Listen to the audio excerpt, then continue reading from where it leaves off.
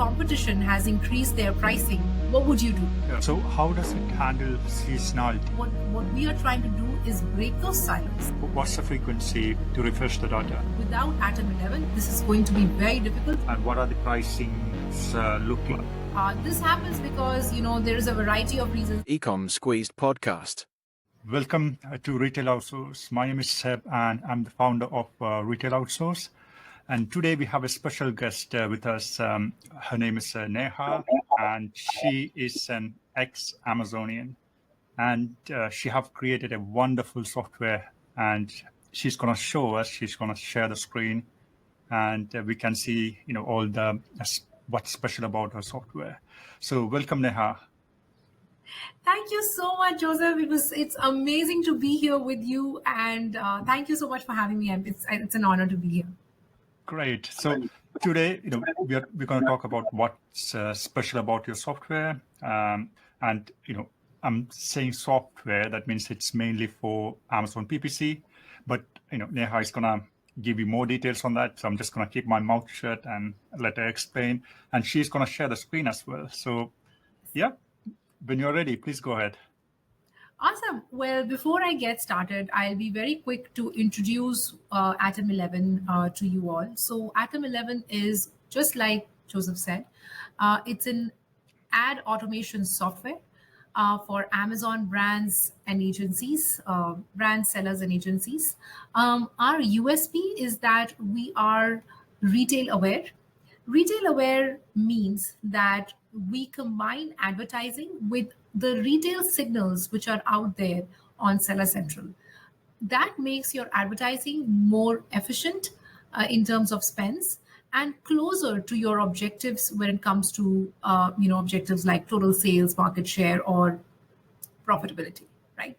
So the whole reason that we are building Atom11 is that we've seen that most softwares in the market, they are very siloed, or they run advertising in silos, which is something where sellers or advertising agencies or advertising operations people, they miss out on the retail signals which can help them in making their spends more efficient, right? So that is the whole USP that we are basing Atom11 on. I would love to share my screen very quickly, and just give me a second. And I would love to take you through, what Atom11 does and how it's different from, other softwares. And I think I would like to, put in some focus on what are the kind of things that you can do. When I used to talk to a lot of agencies as well as brands, I used to hear a few things, the conversations between agencies and brands and or sellers, and where I figured out that, hey, despite having an automation software for advertising, they are having to do things manually. And so we kind of went out of our way to ensure that, we are listening to those things very clearly and, bringing those things to life when it comes to Atom11. So welcome to Atom11 dashboard. This is the overview page that we have. In this podcast, what I'm going to do is that I'm going to focus on three most important features of Atom11, which is what 100% of our users actually focus on when they come here. And of course, there are other things, but would want to ensure that when you walk out of this podcast, you kind of remember the three most important ones. So the basis of any advertising automation software is the automation, right? So I'm actually going to start from the automation part. Before I jump in, so this software, who is your perfect client? So, for example, can we use this for agencies, or is that for vendor? Or what are your clients like? Who can use this software? Yeah. That's a good question. And thanks for, pausing me there. I think this is a good one that should not have been missed. So the software is built for vendors, sellers, and agencies. Any of these ICPs can actually use Atom11. Most of our clientele, they are either sellers or full service agencies. The sellers are people who are managing their advertising in-house, and full service agencies are agencies which not only look at advertising but a complete suite of automations and operations like advertising, content ops, and other alerts that brands need when it comes to Amazon management. Great. And regarding the connection, we have to connect the software with the vendor central or agency, right? How easy is that to connect? Is that you have to connect it with PPC side, PPC, Amazon dashboard, PPC dashboard, or Seller Central?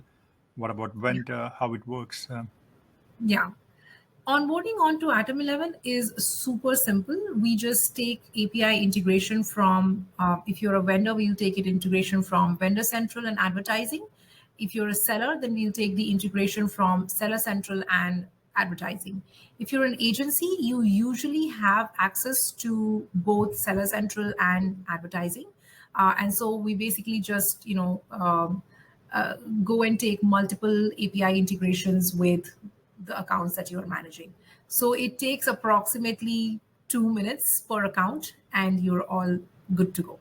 Great. And I have one more question on that topic. You mentioned that you want to connect with Seller Central as well, right? So, Yes.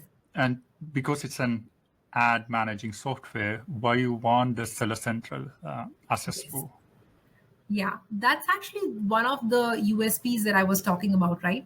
If we do not have access to your retail data, how will we bring in the retail signals like your pricing or your inventory or total sales, for example, within the software?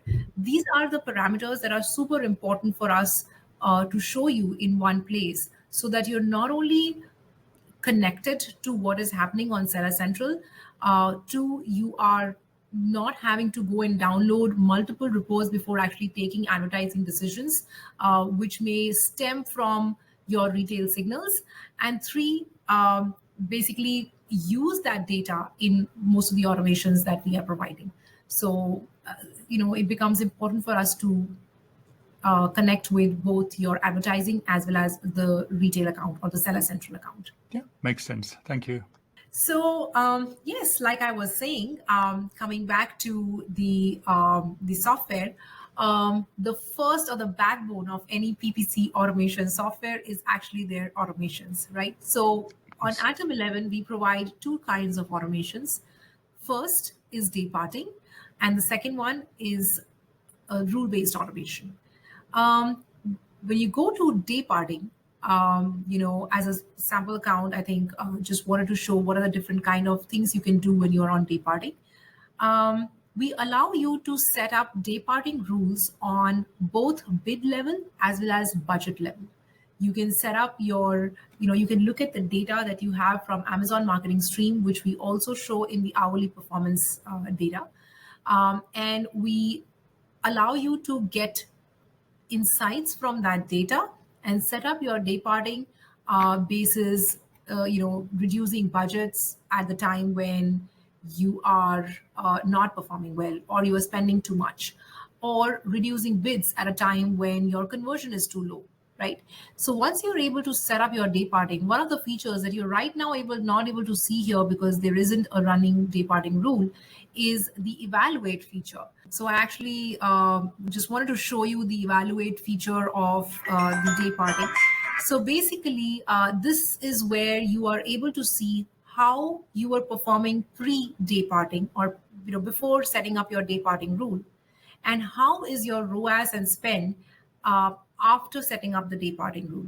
So you can see, for example, this person had set up a departing rule for all the campaigns which had a ROAS of less than 1, right? And then in the beginning, before setting up this departing rule, their ROAS was 0.91. And as time went on with their departing, the whatever controls they had set up, it has now increased to 2.28, right? So this is the power of departing and the power of an evaluate button, right? Like if you're not able to see whether your departing is performing well or not, because you have different departings on different campaigns, then you will not be able to course correct yourself and make changes to your departing, right? So I think this evaluate button is very important for you to figure out whether you're on the right track. Because once the day parting is set, usually it's not changed for a long time. Yeah, I have a Go ahead. question about the day parting. The data that you showed us, what's the time frame? So you showed that the ROAS have improved, but what's the time frame? How many days it took Yeah. to make that improvement for that account? Yeah.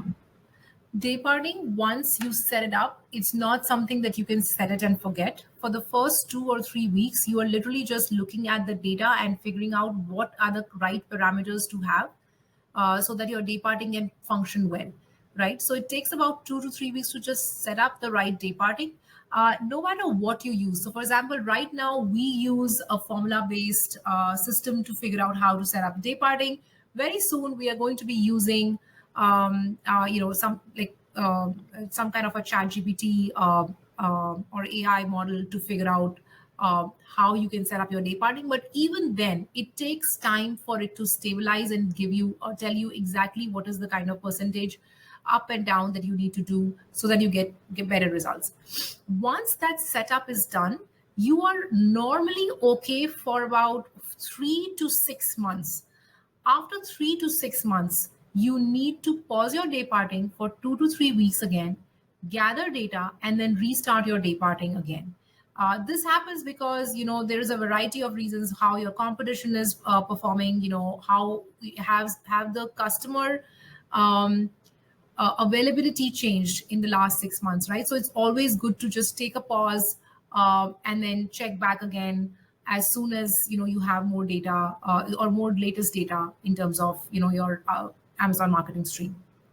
Does that answer your Great. question? Yeah, of course. Yeah. So how does it handle seasonality? For example, if it's a Christmas period, so Yes. the parting figure might be around, right? So how do we manage during those periods? That's a very good question. There are two types of seasonalities, right? One is seasonalities um, like a winter seasonality is coming in and people are going to buy more warm clothes, right? Another kind of seasonality is where you're looking at short-term festivals, right? Like there is a BFCM or short-term events, there is a BFCM or a Christmas or a Thanksgiving. My suggestion usually on the second kind of seasonality, which is holidays and short-term ones, is that you completely switch off day parting. These are times of the year when people shop round the clock. You do not want to be reducing your advertising spend at a specific time and missing out on advertising just because this is the strategy that you had for the rest of the year, right? Holidays and short-term seasonalities need to be taken differently when it comes to day parting. We advise all our clients to pause their day parting during this time. When Okay. it comes to long-term seasonalities, like there's a seasonality change in terms of you are selling sweaters and a winter is coming, right? In those cases, day parting needs to be set up fresh. So you need to know that seasonality for some of your products is coming in. You need to pause day parting for those campaigns and make sure that you are gathering data for a couple of weeks before you start the new day parting. Very essential because you do not want to set things up and forget it and then lose out on the most important shopping periods of the customer, That right? was my follow-up question, actually. Is there any way to, schedule it within the software? Yes, Like, so to make absolutely. it off and on during certain times so we can plan it ahead. So, basically we don't forget. Yes, absolutely. So I'm actually not going to go through the complete how to set up the day parting process, Sure, but of I will course. Yeah. show you. Yeah, but I will show you two important things. You can not only select which campaigns you are setting up your day parting on. So, you saw in the previous window that I showed you, we suggest our clients that they set up 2 or 3 different kinds of day parting, one for high performing campaigns, which is less aggressive, and one for low performing campaigns, which is more aggressive, right? So you can select which campaigns go in which day parting. You can select your campaigns manually or upload them and set up different day partings. You can schedule it. So you can schedule one for, let's say, a specific seasonality, or you can schedule your first part of day parting until the BFCM sale, for example, right? So those scheduling is very much possible. And the third thing that you can do is you can set up your day parting on at an hour level and at a day level. So in one day parting rule, you can actually set up exactly what you want to do on Mondays to Fridays, and then what you want to do on Saturdays and Sundays, right? So all of that is possible. And regarding the day, you already mentioned that you use AI to measure that, right? Or you have specific calculation to Yes. check which time of the day or week of the day works well. How do you from where you get that data from? So we get that data from Amazon Marketing Stream. Amazon Marketing Stream is basically hourly data of the hour by hour data of spends, sales, conversion, cost at every single hour of the day and every single day of the week. Now, once you get that data, we present that data to you. So I think this account doesn't have it on, but we present it to you in different heat maps if you want to look at time and day of the week. So I think you will start seeing a heat map over here. Right now, you see it all zeros, but you don't see the heat map. But I think the heat map actually tells you when there is a high spend or a low spend. The heat map actually automatically shows that data to you in that format. And you can actually more than the heat map, actually people like to look at time of the day graphs with multiple metrics, so you can see how your sales are going on, advertising sales are going on throughout the day, and then you can compare it with your spends. Or you can, instead of sales, you can go and see ROAS, right? And you can say, okay, you know what, if my ROAS is high towards the end of the day and my spend is lowering down, do I need to increase my spend during that time, right? So the graphs give you a very good picture of how your different metrics are performing at different hours of the day. Great, thank you, Neha. That's very detailed. Yeah, I'm just going to pause. Do you want to pause? I can actually show it to you if one of the what I was talking about, right? So you can see the graph of spend versus ROAS, how it is, reducing. The spend reduces between 2 a.m. to 6 a.m. and then starts picking up again. And how does ROAS pick up, at different hours of the day? For example, it is not very good at 1,500, 1,700 hours, right? But your spend is very high. So what do you want to do about it, right? Between like 1,700 and 1,800 hours, right? So those are the kind of insights that you can start getting from the graph, and it's very easy to look at it and say, this is what I want to do. Similarly, if you are looking at time and day of the week, the heat map is actually going to tell you what happens, or when is spend high or when is spend low, so that you can actually start taking action basis, high spend or low spend hours. So for Not just this spend, you can look at any metric that you want. Yeah. Great. Yeah, that's fantastic. That's very useful, actually. Normally, we use Excel to heat map it, so we have certain formulas. But it makes it very easy, actually. It's all there. So I think we actually have our own framework to ensure how you can set up, to tell you how you can set up your day parting. Right now, we help brands set up the day parting, manually, but both brands and agencies. But I think we're just coming up with our own AI version to help brands set this up automatically, because it takes about 15 to 20 minutes of just data analysis to figure out how to set up your day parting. So that all kind of goes away as soon as we bring in our AI. Yeah. All right. So from day parting, the second kind of automation that I wanted to show was custom rules. Now, for us, custom rules is actually a mix of table stakes features that are there in most softwares out there, and the retail aware automations that we bring in. So table stake features means, any software, any automation software, you are able to change your bids basis certain rules. You're able to harvest search terms. You're able to negate your search terms, basis rules, or, increase budgets if you are running out of budget, so on and so forth. And for us, it's very, very simple on how you are able to set up those rules, right? It's literally how you think. For example, if you're setting up a rule for bid optimization, right, you will just click on bid optimizer. You will name the rule saying increase bids if CPC by bid is greater than 0.6, I don't know, I'm just saying ACOS is less than target ACOS into 0.5. And, you can probably have one more condition. Conversion is greater than, I don't know, 10%, right? Now you can make your selections for the campaigns. For now, I'm just going to go for all enabled campaigns. You can select a look back window. This is the time period that we are going to select for you to, to look at the data before we can actually run the automation. Let's say you want to look at last 30 days, and then you just set up the rule that you want to, right? CPC by bid is greater than 0.6 and ACOS is less than target ACOS into 0.5 and conversion. So whatever metrics you want or you need are here or at your disposal so that you can set up these automations. And once this is done, what is the action that you want to take? So for example, I would want to increase bid.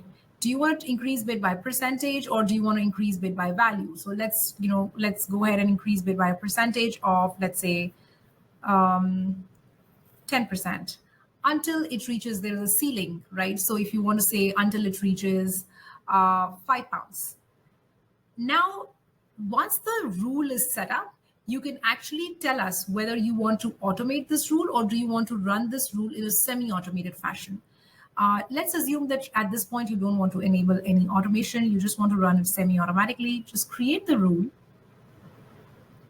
and you are good to go. So now when you execute the specific rule, nothing is going to happen. I'm just going to show you what happens when you execute it.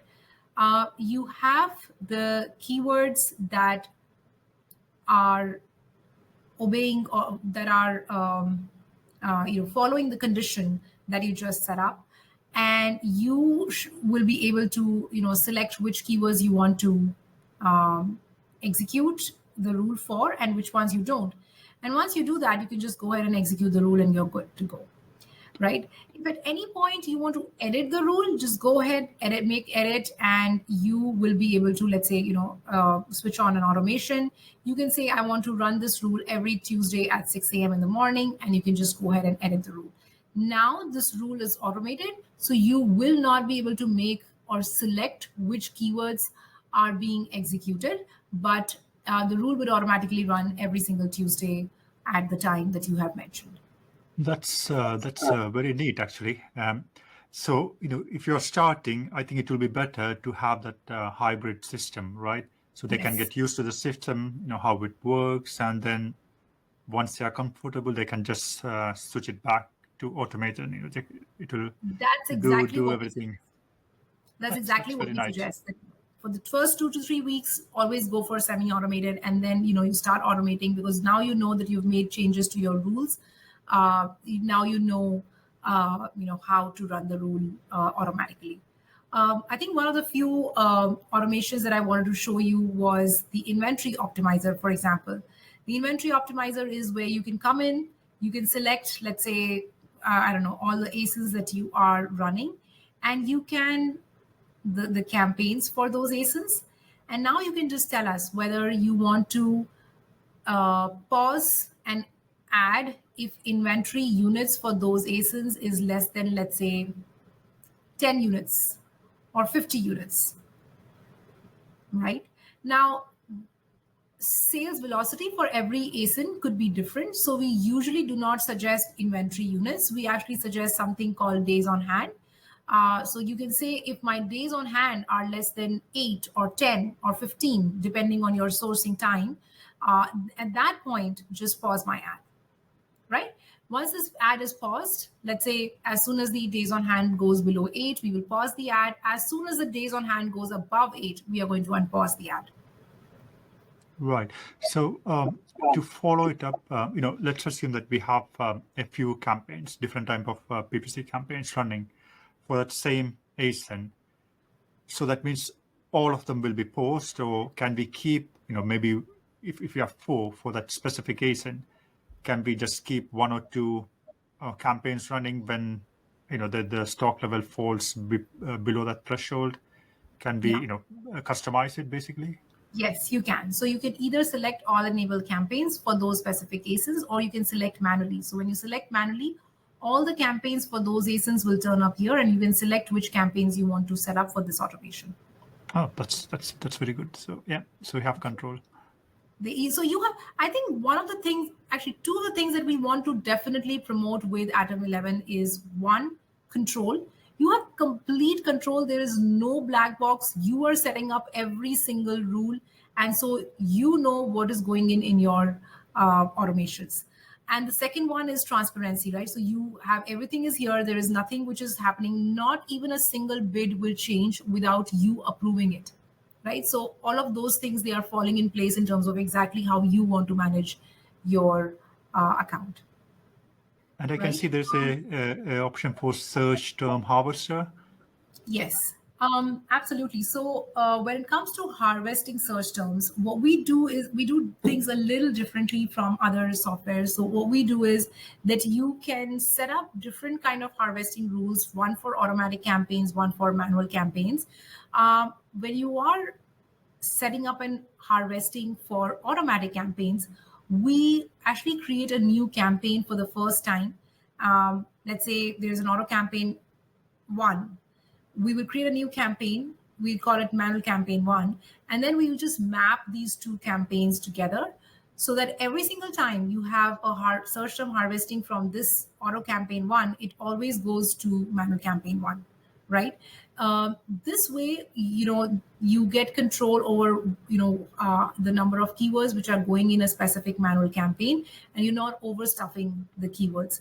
One of the things that we are bringing in for search term harvesting for manual campaigns also is that going forward, you will be able to say or given an option saying, if manual campaign has more than 15 keywords, just create a new campaign and then start harvesting search terms in those. So you will start building a series of manual campaigns so that you're never overstuffing your campaigns with keywords.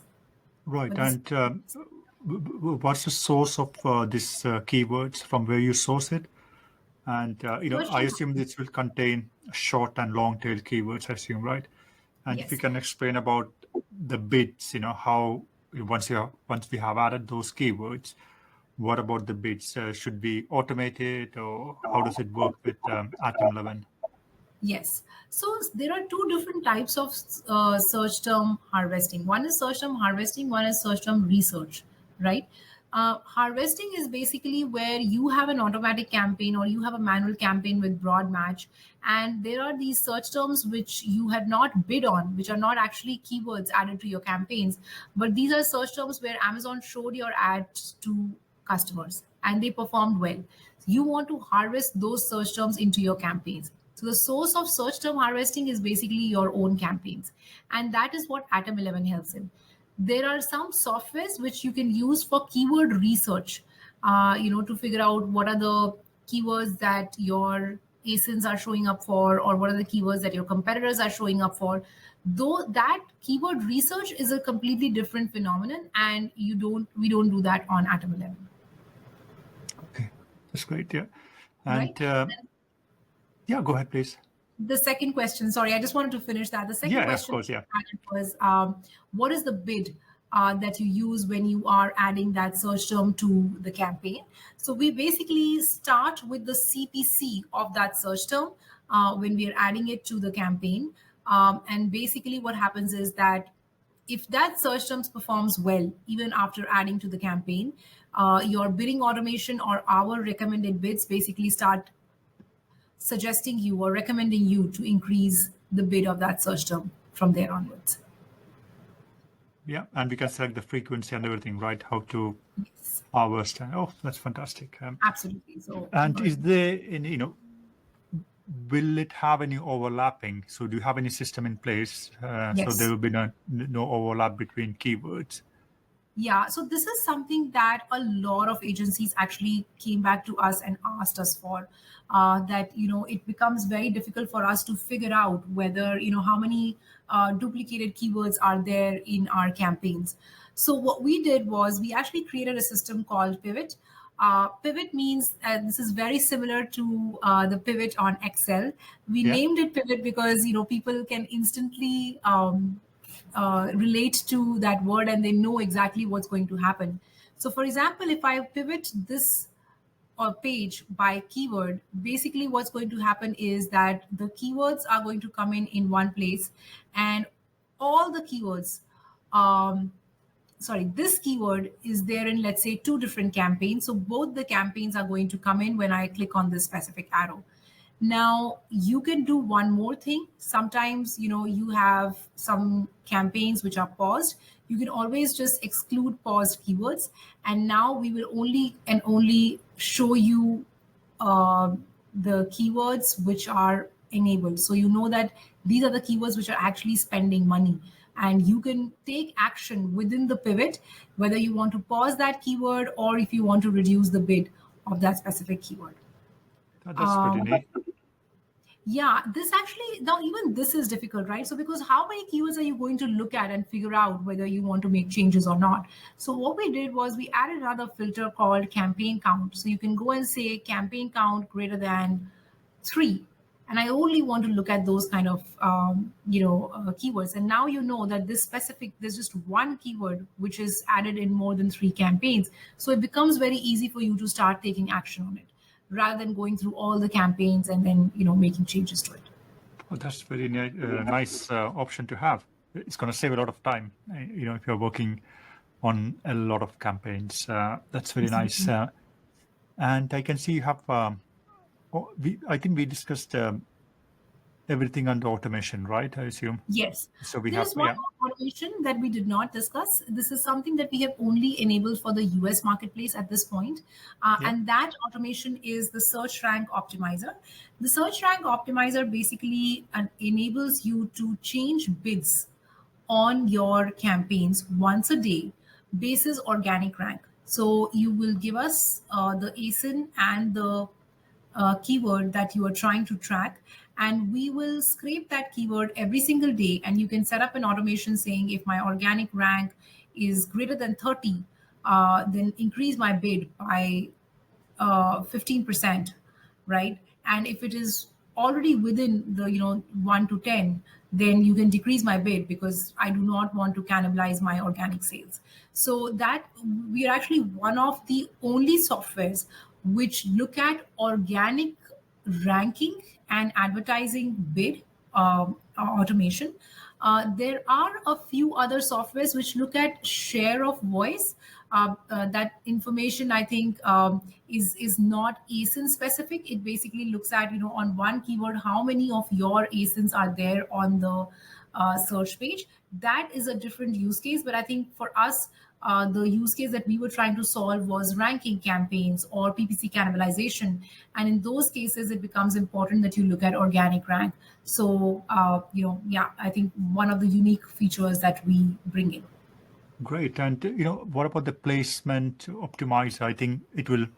I assume it just bids high or low. We can set automate and to work on. For example, if you are doing a promotion with a social media, right? In that case, we can just put that date or period and then bid for that top of the search, right? I assume with this option, we will be able to do that. Yes, that is a use case where you want to increase your top of search percentage for specific campaigns in bulk, or if you want to, do a rule-based change on a weekly basis, which says any top of search placement, if it has at least X number of clicks and A cost greater than Y, then reduce the placement by Y%, right? So those kind of things are also possible where you're able to reduce your placement bid adjustments basis placement data.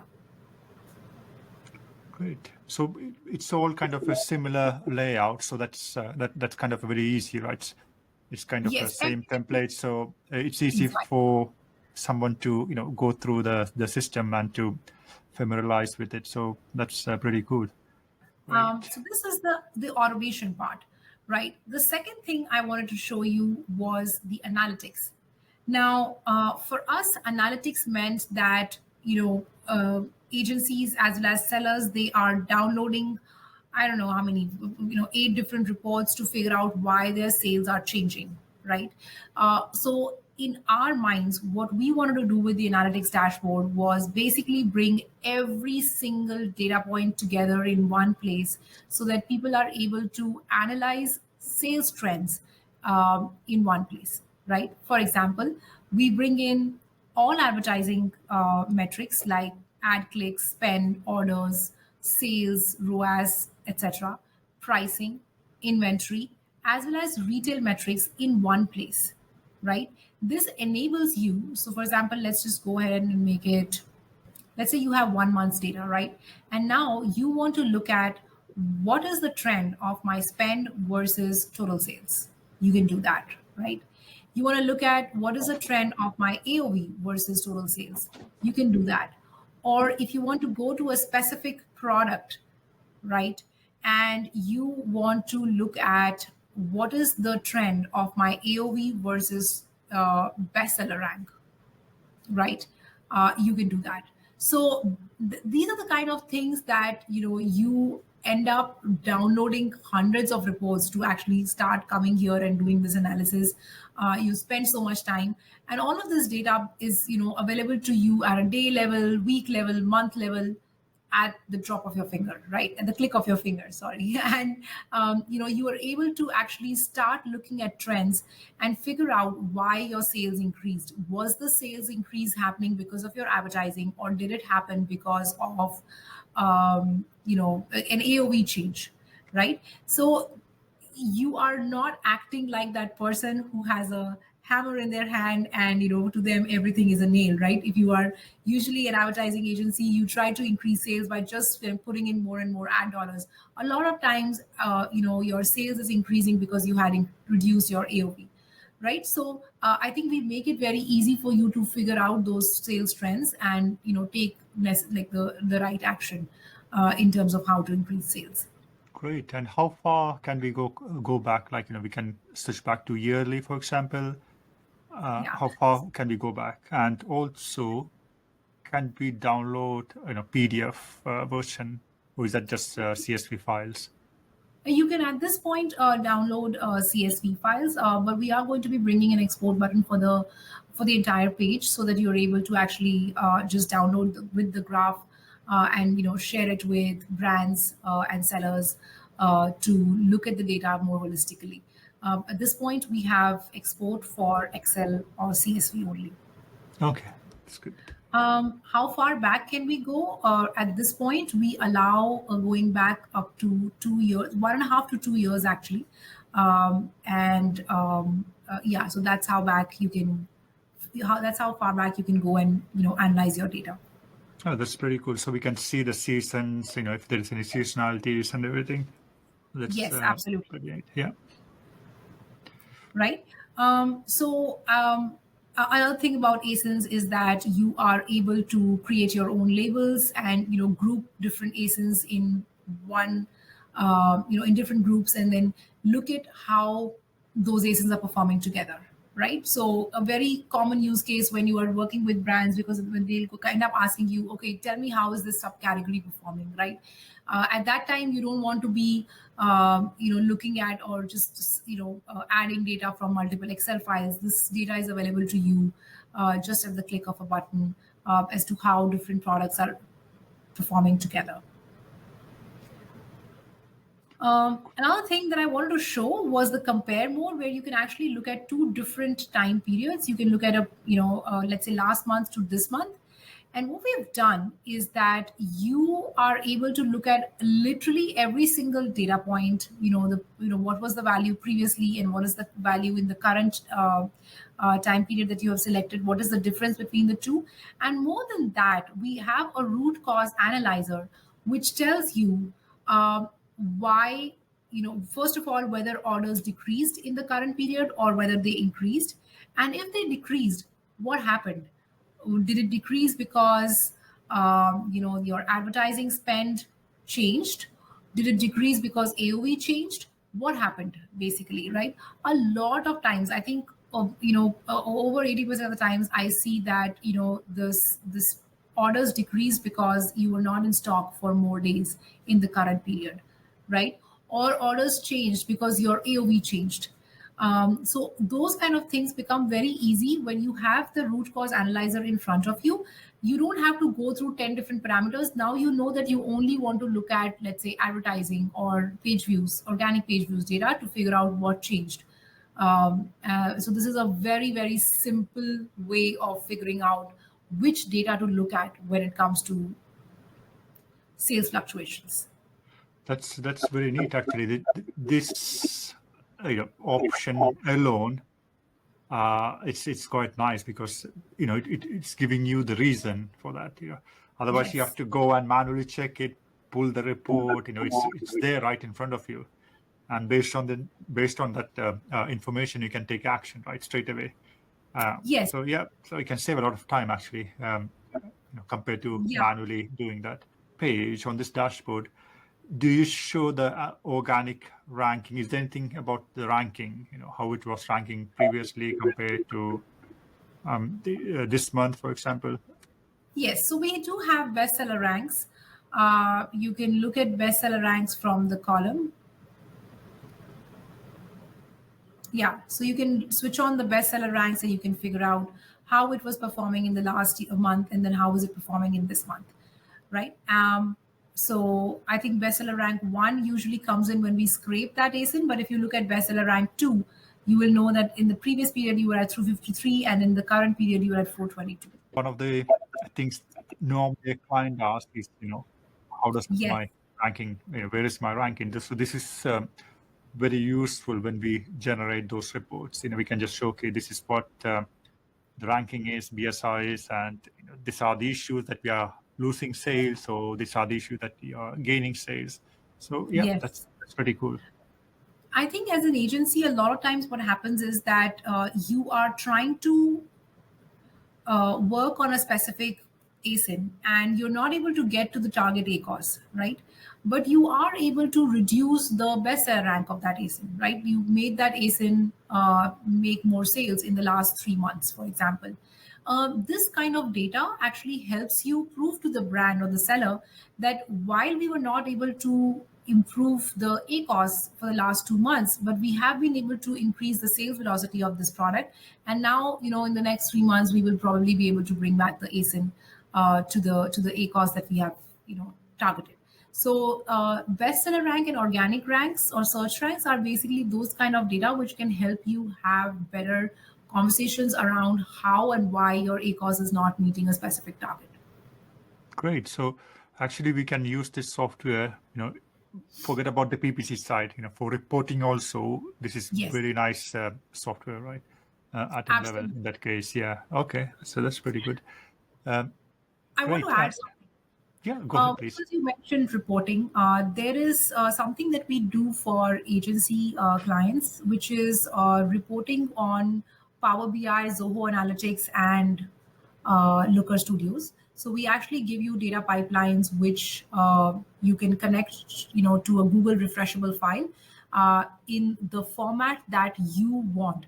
This you can give us a format and say, client number 1 has this reporting need. Just create a Google refreshable file which automatically refreshes every single week, and we just want that data to be, scheduled to the client on a weekly basis, right? And then for client number 2, I have a different format.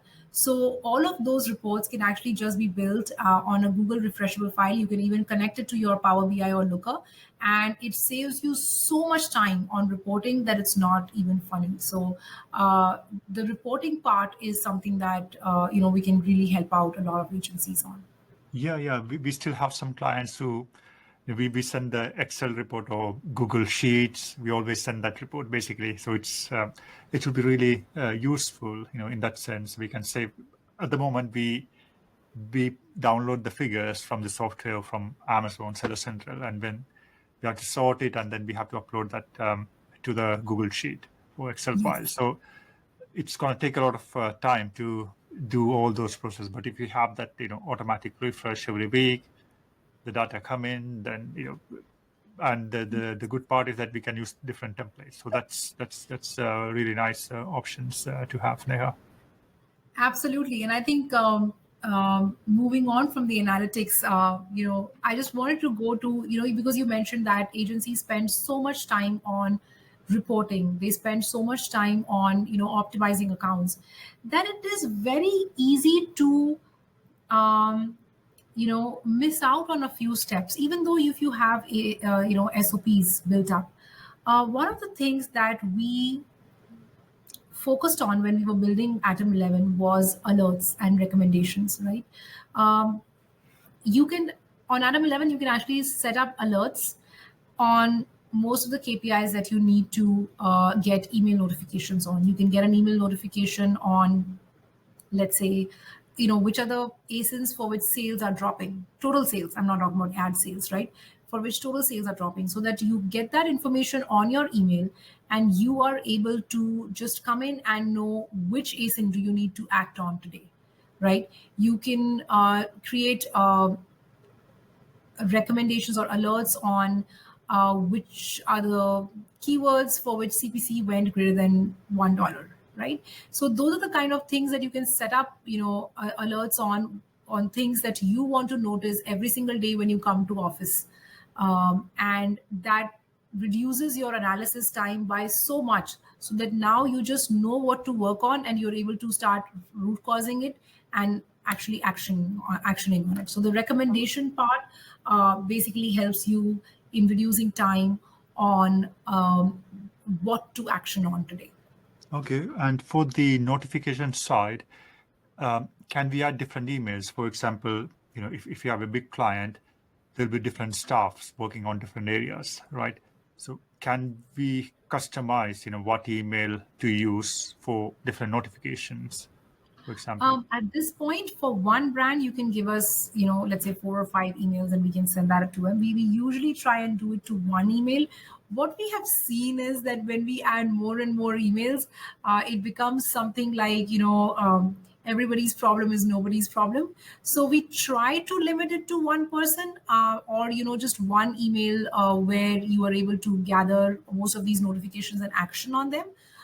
If it is absolutely required, we can add more emails there, but not on different alerts at this point. So, Right. one alert. Is it possible that you can share the sections for the alerts on this account, please? Yes. So the alerts which are here are very different from the alerts that I'm talking about, which are email alerts.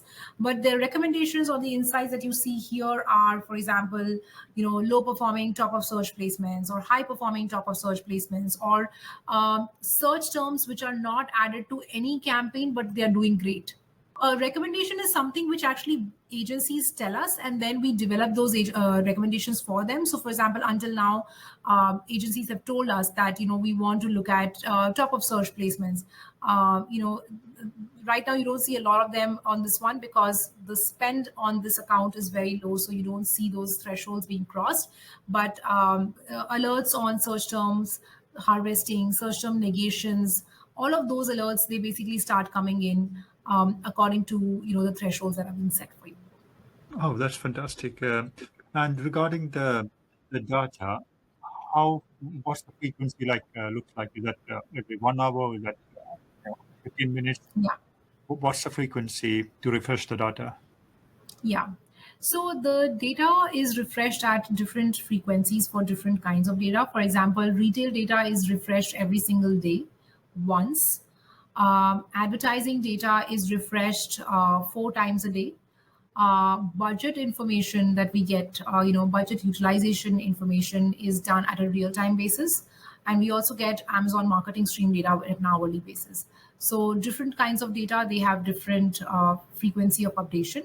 But I think if at an overall level, if you were to remember, then retail data or seller central data at a daily level, and advertising data every 6 hours. Okay, that makes sense. Yeah, and I just want to switch back to the previous one of the topic that you mentioned. The keyword harvester. Yeah.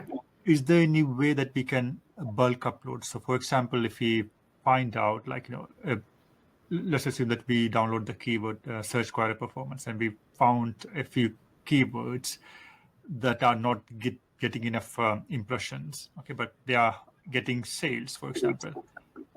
in terms of percentage. So can we pick those keywords, and is there any way to upload them in bulk to Atom11? So right now we don't have the option of uploading Excel files for keywords, but you Yeah. can get those keywords on custom rules, for example. So you can say that, all those keywords which have a lower than X number of impressions and lower than Y number of clicks, I want to take a specific action on them, right? So you can actually set up a custom rule on that and then take action from there rather than uploading it, or rather than downloading it from Ad Console and then uploading it here. So that basically becomes a very long route. Yep, that's fantastic. I think we have covered a lot. Before you go, I just want to ask a few more questions. The first one is, for an agency, right? So is there any limit on how much account you can connect to Atom11? And what are the pricings look like? Yes. So I'll answer this in two parts. There is no Sure. limit to the number of accounts that you can add to Atom11, number one. Number two is what is the pricing? So we are actually one of the only softwares in the Amazon advertising space which do a fixed pricing for agencies. So yeah, the pricing, we're one of the only softwares in the ecosystem which actually do fixed pricing for agencies. So if you're an agency who's managing more than 10 accounts, then there is a fixed price. And then, as you add more and more accounts, then, we do a per account pricing rather than, a percentage of ad spends for agencies specifically. And for each account, for example, under one seller central, let's assume that we are selling on Europe, so that's around 7 to 8 countries. Then in America, America, Canada, Mexico, and then in South Pacific, right? So can we add all those the child country accounts under Atom11 as well? You can add as many accounts as you want, but then I think then after a certain point, you are charged on the number of accounts that you are adding rather than the ad spend. So that becomes a very good option. I think it's good for agencies because you're able to exactly what your cash flow out is, and rather than doing it on a percentage basis, that it's going to be a fixed amount. So I think it kind of really helps agencies, and this is one of the things that agencies really like when they're onboarding to us. Great. Yeah, I think that was my last question. That's great. Thanks a lot, Neha, for your time. Really appreciate that. And it's a software with a lot of unique selling points, and the reporting side is fantastic. I should say it's going to save a lot of time in terms of if somebody is doing manual work, it's going to save a lot of time. I think it's going to pay itself, I assume, right? In terms of if somebody is doing manual work, the amount of automation that we can do, and the reporting side and on the PPC side, is going to pay itself, right? Absolutely. And I think thank you so much for, allowing me to bring, giving this platform for me to bring across, what we're building at Atom11. Yes, you're right. I think in the kind of time which is saved in terms of not just advertising automation, but analytics, reporting, alerts is something that kind of, easily pays itself back, and more, many times more when it comes to how Atom11 is priced. So. It's great. Fantastic. Thanks again, Neha, for all the insight and sharing the screen. Thank you. Thank you so much. Have a good day.